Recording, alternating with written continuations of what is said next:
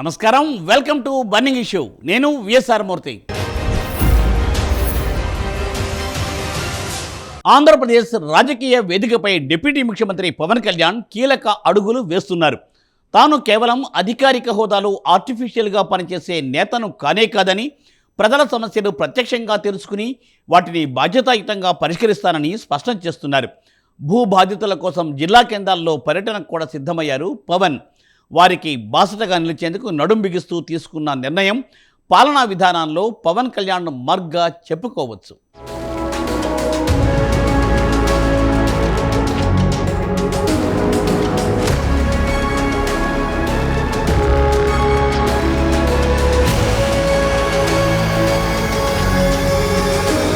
గత 5 ఏళ్ల వైసీపీ పాలనలో కంచె చేనుమేసినట్లు పాలకులే కబ్జాకోరులయ్యారు. ప్రజల ధన మాన ప్రాణాల్ని ఆస్తులను కాపాడాల్సిన వారే ముప్పుగా వాటిల్లి చెమట చిందించి కొనుక్కున్న ఆస్తుల్ని మింగేశారు. అరాచక మూకను ఎదుర్కొనే శక్తి లేక సర్వస్వాన్ని లాక్కోవడంతో బతుకుపై ఆశలు కోల్పోయి ప్రాణాలు తీసుకున్న ఘటనలు లేకపోలేదు. గత 5 ఏళ్లలో ఆంధ్ర రాష్ట్రంలో విశృంఖలంగా భూకబ్జాల పర్వం కొనసాగింది. భూకబ్జాలు, ఆస్తుల ఆక్రమణ, బలవంతంగా రాయించుకోవడం లాంటి వార్తలు నిత్యకృత్యాలుగా ఉండేవి. రాష్ట్రంలో భూ ఆక్రమణలు, కబ్జాలు, భూముల భద్రతపై ప్రజలు ఆందోళన చెందారు. అధికార పార్టీ నేతలు, వారి అనుచరులు కబ్జాలతో రెచ్చిపోయారు. వేల ఎకరాల ప్రభుత్వ భూములు ఆక్రమణకు గురయ్యాయి. వైసీపీ నేతల కన్నుపడిన స్థలాలు తక్షణమే వారి ఆధీనంలోకి వెళ్లిపోయేవి. రెవెన్యూ అధికారులు ప్రభుత్వ భూమిగా పేర్కొంటూ పెట్టిన బోర్డులను సైతం పెకలించి మరీ ఆక్రమణలకు పాల్పడిన ఘటనలు అనేకం ఉన్నాయి. కొండలు, గుట్టలు, చెరువులు, కాలువలను మింగేశారని ప్రజలు, ప్రజా సంఘాలు, ప్రతిపక్షాలు ఎలుగెత్తినా ప్రయోజనం లేదు. విశాఖ నగరంపై రాబందులు పడినట్టు భూములను ముక్కలు చేసి అమ్మేశారు. వైసీపీ భూ బకాసురుల దురాగతానికి ఒంటిమిట్ట చేనేత కుటుంబం బలైపోయింది. తల్లిదండ్రులను పోగొట్టుకున్న బాధితులు కన్నీరు పెట్టారు. తిరుపతి కైకాల చెరువు పక్కన వైసీపీ నాయకుల భూకబ్జాలపై బాధిత ఎన్ఆర్ఐ కుటుంబం బోరుమంది. ఇలాంటి ఘటనలు వందల్లో ఉన్నాయి.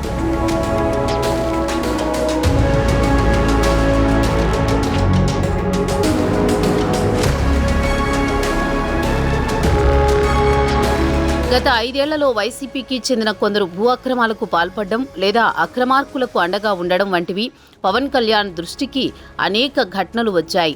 దాంతో ఆయన స్వయంగా రంగంలోకి దిగాలని భావిస్తున్నారు. చెరువులు, కాలువలు, గుట్టల వద్ద ప్రభుత్వ భూములను కాజేయడం, గ్రామ, జిల్లా స్థాయిలో తప్పుడు పత్రాలు సృష్టించి ఆక్రమించుకోవడం, మరికొన్ని చోట్ల అధికారులతో కలిసి లిటిగేషన్ క్రియేట్ చేయడం ద్వారా సమస్యను పరిష్కరించే క్రమంలో కొంత భూమిని దోచుకోవడం, దేవుడి మాన్యాలకు శటగోపం పెట్టడం వంటి ఘటనలు లెక్కలేనని చోటు చేసుకున్నాయి. ప్రస్తుతం ప్రభుత్వ పాలన అందిస్తున్నప్పటికీ గత ప్రభుత్వంలో దోపిడీకి గురైన బాధితులు జనసేనాని సాయం కోసం ఎదురు చూస్తున్నారు. వారి కోసం ఇప్పుడు పవన్ కళ్యాణ్ ప్రత్యేక కార్యాచరణ రూపొందించారు.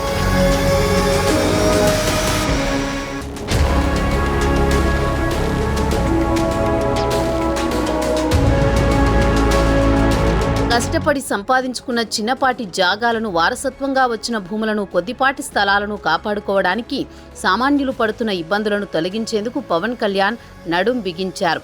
భూకబ్జాలను సహించనన్న పవన్ కళ్యాణ్ నేరుగా బాధితులతో మాట్లాడేందుకు, జిల్లాల్లో పర్యటనలు చేపట్టేందుకు సిద్ధమయ్యారు. తాజాగా తన కార్యాలయంలో అధికారులతో భూ సమస్యపై టెలికాన్ఫరెన్స్ ద్వారా పవన్ కళ్యాణ్ సమీక్షించారు. కొద్ది రోజులుగా భూకబ్జాలు, తప్పుడు రెవెన్యూ రికార్డుల సమస్యతో బాధపడుతున్న వారి నుంచి అభ్యర్థనలు అందుతున్నాయన్నారు.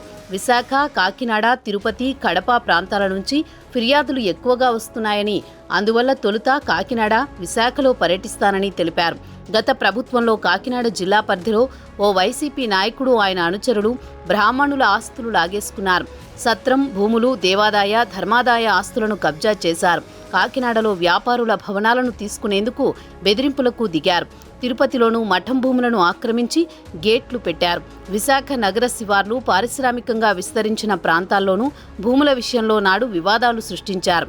వీటన్నింటిపైన నాకు ఫిర్యాదులు అందుతున్నాయి అని పవన్ అధికారులతో అన్నారు. ప్రజల ఆస్తులకు భరోసా కల్పిస్తూ చర్యలు తీసుకోవాలని, భూదందాలు, అక్రమాలు చేసేవారిపై ప్రభుత్వం కఠినంగా వ్యవహరిస్తుందనే సంకేతం పంపాలని పవన్ ఆదేశించారు. అందుకోసం తానే స్వయంగా జిల్లా కేంద్రాలకు వెళ్లి కలెక్టర్, జాయింట్ కలెక్టర్ల సమక్షంలో ప్రజల నుంచి అర్జీలు స్వీకరిస్తానన్నారు. వారి బాధలు తెలుసుకుని భరోసా ఇస్తానని, ఒకవేళ కూటమి నేతలు భూ ఆక్రమణలకు పాల్పడినట్టు తేలినా ఉపేక్షించనని స్పష్టం చేశారు.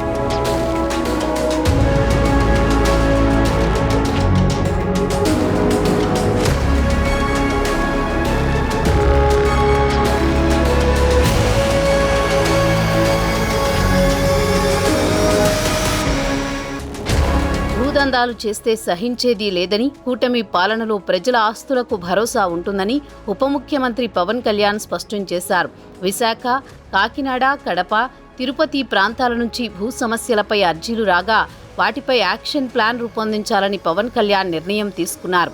స్థలాలను కాపాడుకోవడం కోసం సామాన్యులు పడుతున్న ఇబ్బందులు తన దృష్టికి వచ్చాయన్నారు.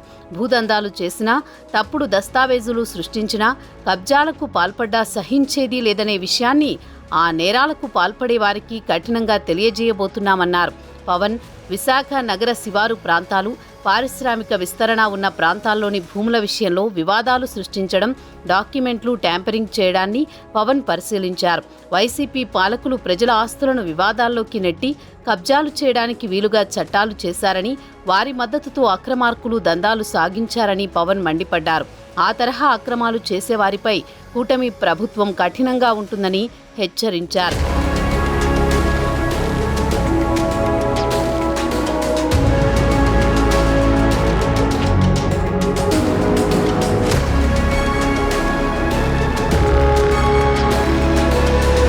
జిల్లా కేంద్రాల పర్యటనలో స్వయంగా భూకబ్జాలు, అక్రమ దందాలు, సెటిల్మెంట్లపై ప్రజల నుంచి నేరుగా అర్జీలు స్వీకరిస్తారు. ప్రజల పక్షాన నిలవాలన్నదే లక్ష్యంగా పర్యటన ప్రణాళికాబద్ధంగా నిర్వహిస్తున్నారు. పవన్ వెంట జిల్లా కలెక్టర్లు, జాయింట్ కలెక్టర్ల సమక్షంలో బాధితుల నుంచి అర్జీలు స్వీకరిస్తారు. ప్రభుత్వ పాలన పారదర్శకంగా సాగేందుకు తన పర్యటనను చూపించాలనే సంకల్పంతో ముందడుగు వేస్తున్నారు. బాధితుల పక్షాన పవన్ ఇప్పుడు ఫీల్డులోకి దిగుతున్నారు. ప్రజలు తన కార్యాలయానికి వచ్చి అర్జీలు ఇవ్వాలని కాకుండా తానే ప్రజల వద్దకు స్వయంగా వెళ్లి అర్జీలు తీసుకోవడం ద్వారా ప్రజాస్వామ్యంలో ప్రజలే ముఖ్యమన్న సందేశాన్ని ఇవ్వబోతున్నారు. ఎవరు భూకబ్జాలకు పాల్పడినా సహించబోనని, అది తన స్నేహితులు అయినా కూటమి నేతలైనా కబ్జాలకు అతీతులు కాదని పవన్ స్పష్టం చేశారు. తాను బయటకు వచ్చేది కేవలం పర్యటనల కోసమే కాదని, బాధితులకు న్యాయం జరగాల్సిందేనన్న సంకల్పంతో బయటకు వస్తున్నానన్నారు. నిజంగా భూకబ్జాకు గురైన వారు తమకు ఎవరూ లేరు అని భావించకూడదు. వారిలో నమ్మకాన్ని తీసుకురావాలి. ప్రజలు ప్రభుత్వాన్ని నమ్మేలా చేయాలి. భవిష్యత్తులో ప్రభుత్వం ప్రతికూలంగా ఉండకూడదు అని స్పష్టం చేశారు. ఇది రాజకీయ ప్రయోజనం కోసం చేసే ప్రయాణం కాదని, ప్రజల కోసం సాగించబోయే ఉద్యమంగా పేర్కొన్నారు. రాష్ట్ర నలుమూలల నుంచి భూకబ్జాలపై పెరుగుతున్న ఫిర్యాదులు పవన్ కళ్యాణ్ ఈ నిర్ణయం తీసుకునేలా చేశాయని తెలుస్తోంది.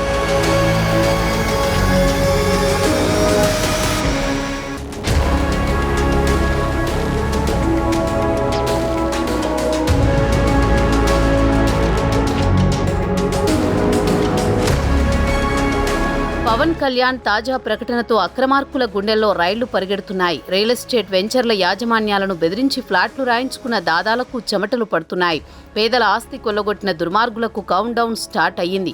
పవన్ పర్యటనలో ఫిర్యాదు అందితే తన మన అని చూడకుండా చట్టపరమైన చర్యలు తీసుకోనుండడంతో ఆయా జిల్లాలకు వెళ్లేలోపే కొన్ని వ్యవహారాలు సెటిల్ అయిపోతాయని భావిస్తున్నారు. బాధితులకు డబ్బు కానీ, ఆక్రమించిన భూమి వెనక్కి ఇవ్వడం కానీ చేసే అవకాశాలు లేకపోలేదు. పవన్ కళ్యాణ్ దృష్టికి కనుక కబ్జాల వ్యవహారం వెళితే పరువు పోవడంతో పాటు ఊచలు లెక్కించే పరిస్థితి వస్తుంది. కాబట్టి ముందుగానే సమస్యను సాల్వ్ చేసుకునే అవకాశాలుంటాయని విశ్లేషకులు భావిస్తున్నారు. కూతురి పెళ్లి కోసం, పిల్లల చదువుల కోసం సంపాదించిన భూములు అక్రమార్కుల పాలవడంతో దిక్కుతోచని స్థితిలో ఉన్న బాధితులకు పవన్ కళ్యాణ్ పర్యటన సంజీవనిలా మారిందనడంలో సందేహం లేదు.